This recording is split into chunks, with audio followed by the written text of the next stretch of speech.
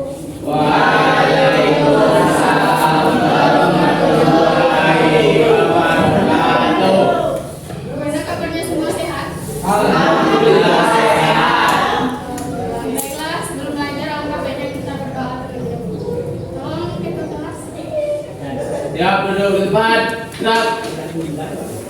Dulu belajar, mulai kita berdoa. Berdoa mulai.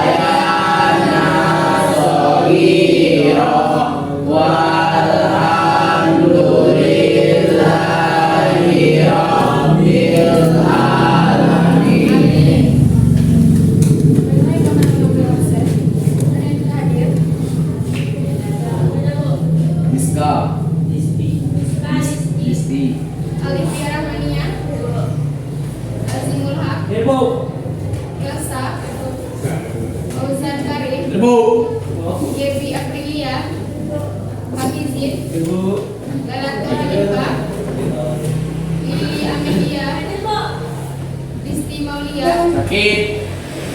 Nanti Yulia, Melia Saputri, Niska Rizkiana, Unsur bu. Muhammad Akila, Muhammad Golek, Nabila Sefni, Natasha, Radit Rahmana, Ramadhani Fitri, Ramadan Menggaro, Restu Kurnia, Sakina Fitri, Santika, Siva Sania Etiza, Vicky Abrinaldi, Indah Wulandari, Anjana dua orang yang tidak hadir. Nah, baiklah, sebelum kita mulai pelajaran, apakah Anda semuanya sudah belajar di rumah? Sudah. Siap, sudah. Nah, Ibu mau bertanya, kalau sudah belajar, materi kita sebelum yang dipelajari minggu kemarin tentang Sejarah. sekarang materi kita tentang Pergerakan nasional Indonesia. nah, materi kita sekarang tentang pergerakan nasional Indonesia. Sebelum pergerakan kemarin kita belajar tentang Perlawanan sebelum abad ke-18. nah, materi kita sebelumnya tentang perlawanan bangsa Indonesia. Sekarang kita akan belajar tentang pergerakan nasional Indonesia. Nah, sebelum kita lanjut mempelajari tentang pergerakan nasional Indonesia, ada yang tahu itu apa itu pergerakan nasional?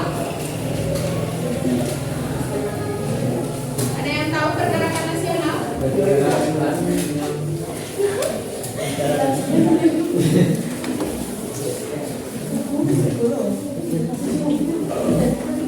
Berarti belum ada yang belajar atau gimana?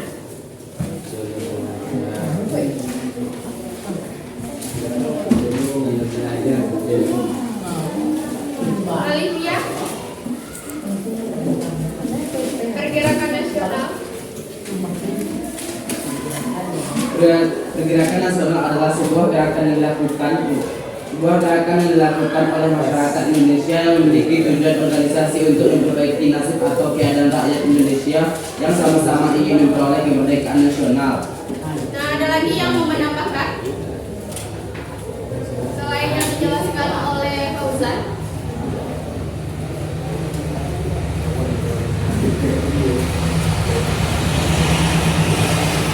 Nah, jadi pergerakan nasional itu adalah suatu fase di mana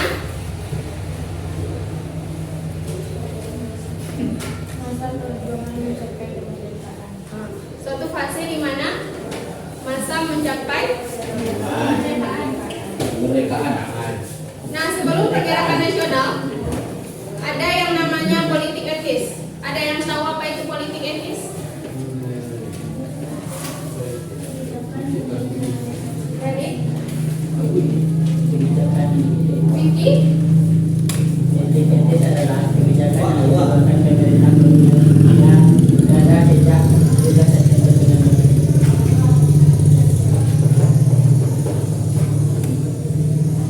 Nah, jadi politik etis itu disebut dengan politik balas budi. Jadi yang dikeluarkan oleh pemerintah kolonial Hindia Belanda. Di dalam politik etis itu mencakup dua bidang. Siapa yang tahu? Ekonomi sama ekonomi. Ekonomi sama budaya. Ekonomi sama Agama budaya. politik. Politik. Kalau di politik Desentralisasi.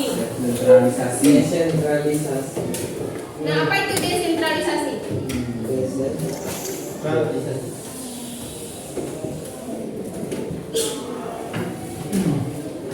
Di dalam ekonomi,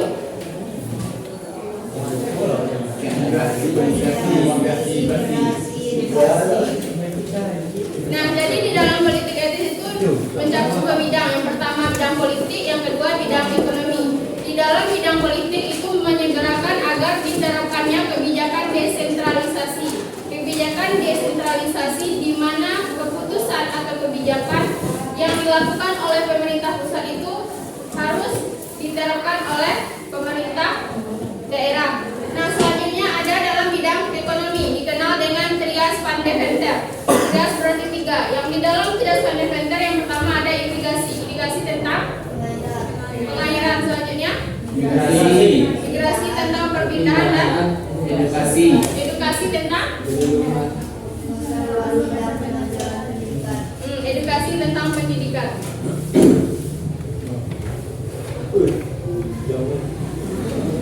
Nah, coba lihat, perhatikan di depan. Ada yang tahu ini siapa?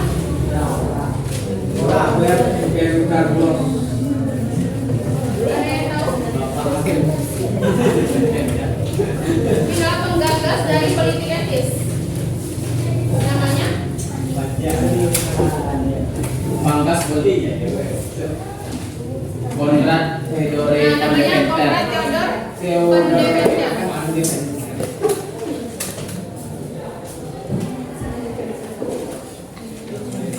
Nah, jadi di dalam politik etis itu diharapkan disebut juga dengan politik balas budi.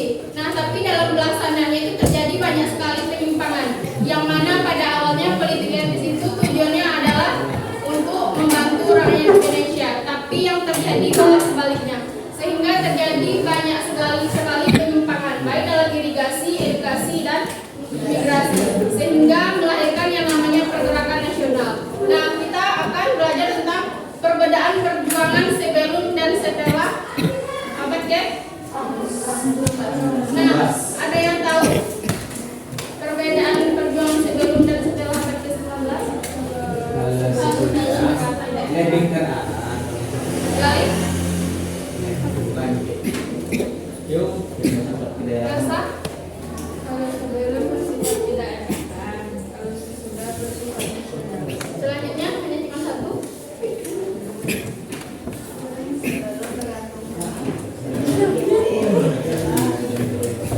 Ali?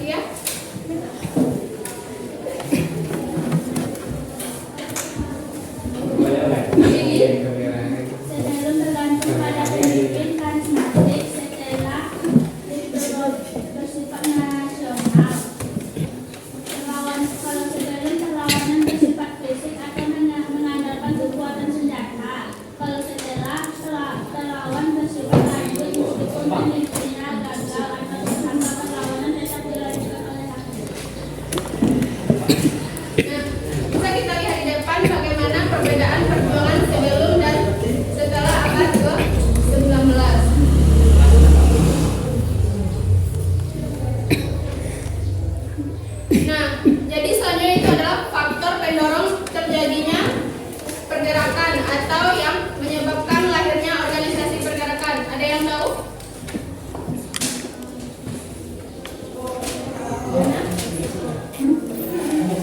Ada yang tahu yang sah? Selanjutnya.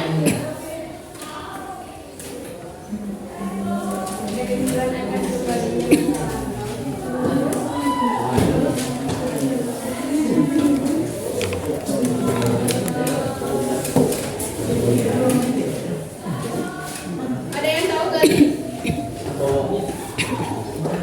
Faktor pendorong terjadinya pergerakan nasional. Nah, jadi faktor pendorong terjadinya pergerakan nasional ada dua. Ada faktor internal dari dalam dan eksternal. faktor eksternal dari luar. Eksternal dari dalam.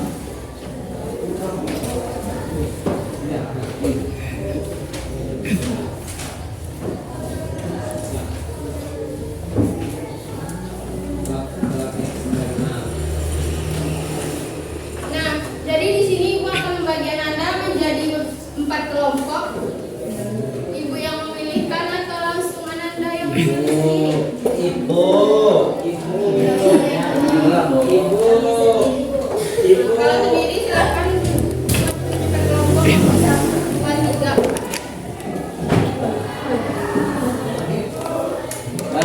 Kelompok 5 orang, Bu. Yang satu.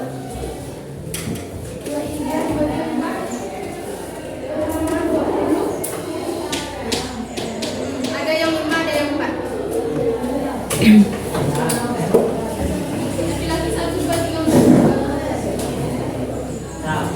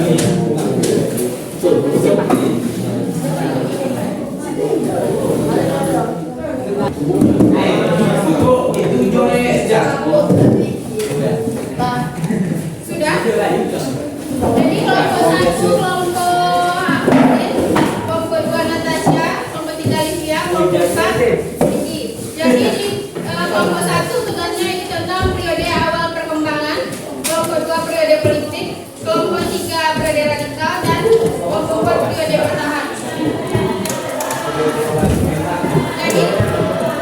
Jadi tugasnya masing-masing per kelompok. Yang pertama mencari nama organisasi, yang kedua tahun berdiri, yang ketiga tokoh penggagas atau tokoh-tokoh dari organisasi, yang keempat latar belakang berdirinya.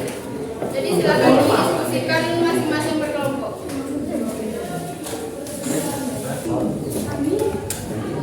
Nah, apakah masing-masing kelompok sudah siap? Sudah. Jika sudah, silakan masing-masing perwakilan kelompok untuk menyampaikan hasil diskusi dari kelompoknya. Bu. Baca itu, Bu. Baca Kelompok 1, kelompok 2, kelompok 3, kelompok 4. Silakan untuk satu perwakilan dari kelompoknya. Apa?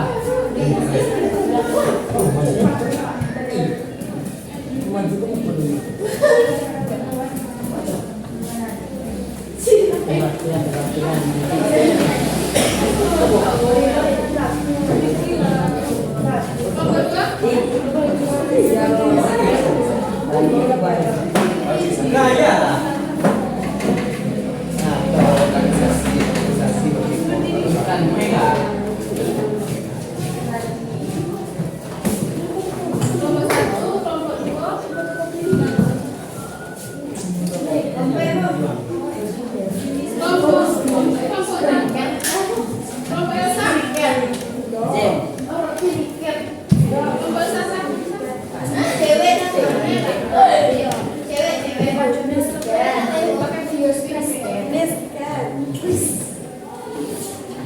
Nah,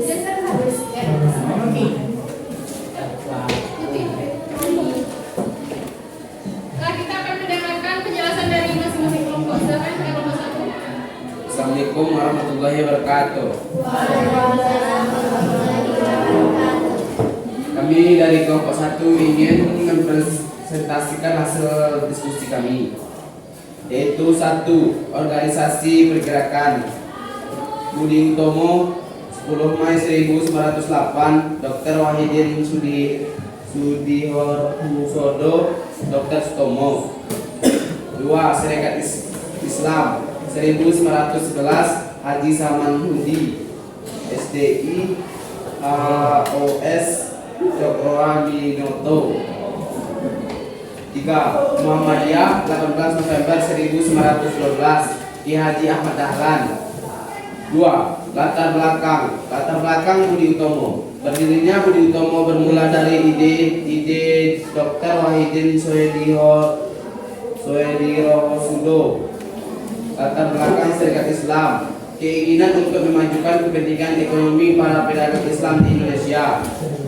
Latar belakang Muhammadiyah, didirikan oleh seorang ulama, Ki Haji Ahmad Dahlan, pada tanggal 8 Agustus 1912 di Yogyakarta. 2. Rekrutmen MPK oleh MPK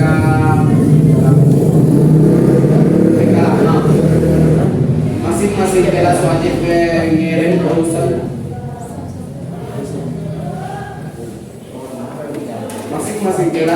mengirim urusan sebagai laki-laki 10 orang, 1 orang perempuan. Perwakilan inilah yang menjadi model arsirasi masing-masing kelas. Setelah dilakukan rekrutmen, MPK melakukan pembentukan kepengurusan serta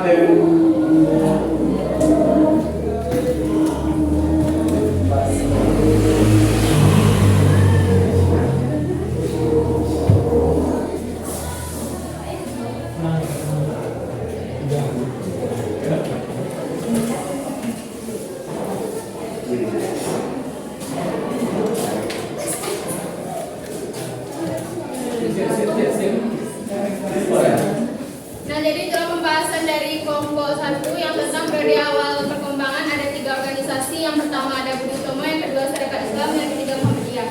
Dari yang telah ditampilkan, adakah yang ingin ditanyakan kepada kelompok 1? Jika tidak ada, kita lanjut kepada kelompok 2. Oke, Assalamualaikum warahmatullahi wabarakatuh. Saya perwakilan dari kelompok 2 akan mempresentasikan hasil kerja kelompok kami. Yang pertama, nama organisasi yaitu Industry Package atau IPE. Tahun berdiri 25 Desember 1912 di Bandung. Tokoh pendiri pertama Domis Dekker atau Danu Dirja Setiabudi, kedua Jito Mangunkusumo, 2 Suwardi, 3 Suwardi Suryadika. Latar belakang lahirnya IPE dimulai dari kekecewaan Dr. Domis Dekker atau Danu Dirja Setiabudi terhadap diskriminasi dan ketimpangan status terhadap masyarakat Indonesia asli, masyarakat campuran Indonesia, Eropa, dan Belanda. Kedua, nama organisasi Gerakan Pemuda, tahun berdiri 1915, penggagas R. Satiman Wiryo Sanjoyo. Latar belakangnya karena organisasi yang muncul berkat titik terang pengaruh adanya Budi Utomo yang membawa dampak bagi seluruh pemuda yang ada di Indonesia. Ketiga, Gerakan Perempuan, penggagas Raden Ajeng Kartini dan Dewi Sartika. Dibangun pada tanggal 4 Juni 1950. Latar belakang lahirnya pergerakan perempuan dimulai dari perjuangan individu yang berawal dari dalam keluarga, adanya ketertindasan dan ketidakadilan yang dialami kaum perempuan pertama kali di dalam keluarga, sehingga mereka merasa ingin melawan sistem yang menindas diri mereka sebagai seorang perempuan. Sekian hasil dari presentasi kelompok kami. Nah, jadi kelompok 2 telah mempresentasikan tentang organisasi periode politik, di mana ada 3 organisasi. Yang pertama Indonesia Party atau IP, yang kedua Gerakan Perempuan, yang ketiga Gerakan Pemuda. Dari yang telah dijelaskan, ada yang mau ditanyakan? Jika tidak, kita lanjut kepada kelompok 3.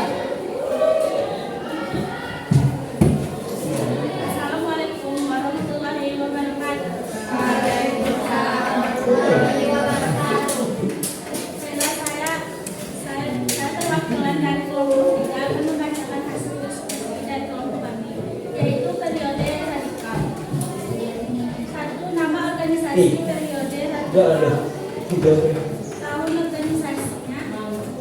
Pertama, Perhimpunan Indonesia. Pada tahun 1900 oleh Otto Suroto. Latar belakangnya itu adanya motivasi untuk mencari rasa persatuan. Yang kedua, Partai Komunis Indonesia atau disingkat dengan PKI pada tahun 1915 oleh Hendrik Sneller. Latar belakangnya itu kemunculan PKI tak bisa dilepaskan dari industri sosial dan atau perlindungan sosial masyarakat India yang memiliki tanggung jawab untuk menegakkan prinsip sosialisme yang akan membawa keadilan sosial, pembangunan dan kemerdekaan bangsa yang terjajah. Yang ketiga yaitu Partai Nasional Indonesia atau disingkat dengan PNI pada tahun 1927 oleh Insinyur Soekarno. Latar belakangnya itu PNI didirikan oleh Presiden Republik Indonesia Soekarno sebelum kemerdekaan.